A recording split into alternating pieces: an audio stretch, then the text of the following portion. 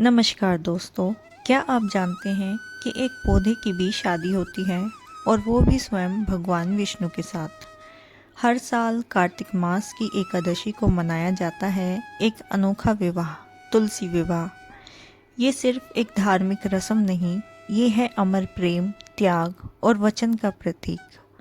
आज हम जानेंगे तुलसी माता की कहानी, उनका भगवान विष्णु से संबंध और भावुक पौराणिक कथा जिसमें इस विवाह को जन्म दिया।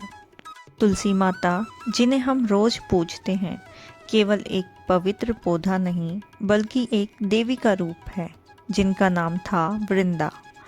वृंदा एक असुर की पत्नी थी, लेकिन खुद एक परम भक्त और पतिव्रता नारी थी। इनकी भक्ति और सतीत्व की शक्ति ऐसी थी कि देवता भी उन्हें प्रणाम करते थे। वृंदा का पति था जालंधर, जो समुद्र से उत्पन्न हुआ था और शिवजी के मिले वरदान के कारण अजय बन गया था। जालंधर एक शक्तिशाली असुर था, लेकिन वृंदा के सतीत्व की शक्ति ने उसे और भी अमर बना दिया। देवता परेशान थे क्योंकि वह उसे मार नहीं सकते थे। देवताओं ने ब्रह्मा, विष्णु और शिवजी से मदद मांगी। तब विष्णु जी ने एक योजना बनाई, एक ऐसा मार्ग जो धर्म और अधर्म के बीच की रेखा को चुनौती देता था। भगवान विष्णु ने जालंधर का रूप धारण किया और वृंदा के पास पहुँचे। वृंदा को लगा उसका पति युद्ध से लौट आया है। वो अपने पतिव्रता धर्म का पालन करती रही, लेकिन जब असलियत सामने आई तो उन्होंने देखा कि असली जालंधर तो युद्ध में मारा गया। उनका सब कुछ टूट गया। उस विश्वास की चोट ने वृंदा को भीतर से झकझोर दिया। उन्होंने स्वयं को अग्नि को समर्पित कर दिया, लेकिन जाते जाते एक श्राप दे गई। एक श्राप जो युगों तक भगवान विष्णु को भी विचलित करता रहा।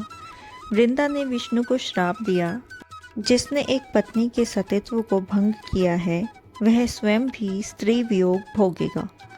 और यही वह कारण बना जिसकी वजह से भगवान राम को सीता से वियोग सहना पड़ा। राम विष्णु के अवतार थे। वृंदा की राख से एक नया पौधा उत्पन्न हुआ, जिसे हम तुलसी कहते हैं। वृंदा ने एक बार कहा था, यदि मेरी भक्ति सच्ची है तो मेरी याद इस धरती पर हमेशा अमर रहेगी। और सचमुच तुलसी का पौधा आज हर हिंदू घर में पूजा जाता है।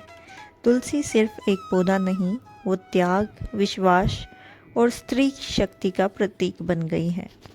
भगवान विष्णु को पश्चाताप हुआ। उन्होंने कहा, मैं तुम्हारे त्याग को व्यर्थ नहीं जाने दूंगा। एक दिन मैं स्वयं तुम्हारे साथ विवाह करूंगा। और यही वादा बना तुलसी विवाह का मूल। हर साल कार्तिक शुक्ल एकादशी को शालिग्राम यानी भगवान विष्णु के स्वरूप और तुलसी माता का विवाह धूमधाम से मनाया जाता है। यह विवाह देवताओं के विवाहों में गिना जाता है। इसे देव प्रबोधिनी एकादशी कहा जाता है। इस दिन घरों में तुलसी को दुल्हन की तरह सजाया जाता है। पीले वस्त्र, चूड़ियाँ, मेहंदी और फूलों से तुलसी का श्रृंगार किया जाता है। पूजा में शालिग्राम जी को दूल्हा बनाकर तुलसी से विवाह कराया जाता है। हल्दी, रोली, अक्षत, गन्ने की मंडप, दीप, भजन, सब कुछ एक पारंपरिक विवाह जैसा। कुछ स्थानों पर तो कन्यादान भी होता है। तुलसी के पिता के रूप में व्यक्ति खड़े होते हैं। यह विवाह घर में मांगलिक कार्यक्रमों की शुरुआत का प्रतीक होता है।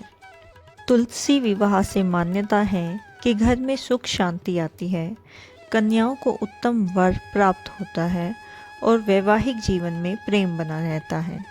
इस दिन से शुभ कार्यों की शुरुआत होती है, जैसे शादी, गृह प्रवेश, मुंडन आदि। मान्यता है कि कार्तिक एकादशी के बाद देवता 4 महीनों की योग निद्रा से जागते हैं, इसीलिए इसे देव उठनी एकादशी भी कहा जाता है।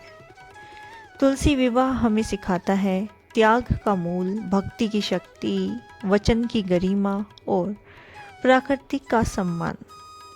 आज के समय में रिश्तों में जब स्वार्थ और छल बढ़ता जा रहा है, तुलसी विवाह हमें याद दिलाता है कि सच्चे प्रेम और त्याग की शक्ति अनंत होती है।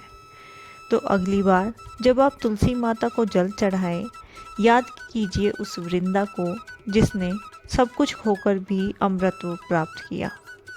वो देवी जो अपने श्राप से भगवान को भी बदल सकती है, और वो प्रेम जो आज भी एक पर्व बनकर हर साल मनाया जाता है। जय तुलसी माता की, जय श्री हरि विष्णु की।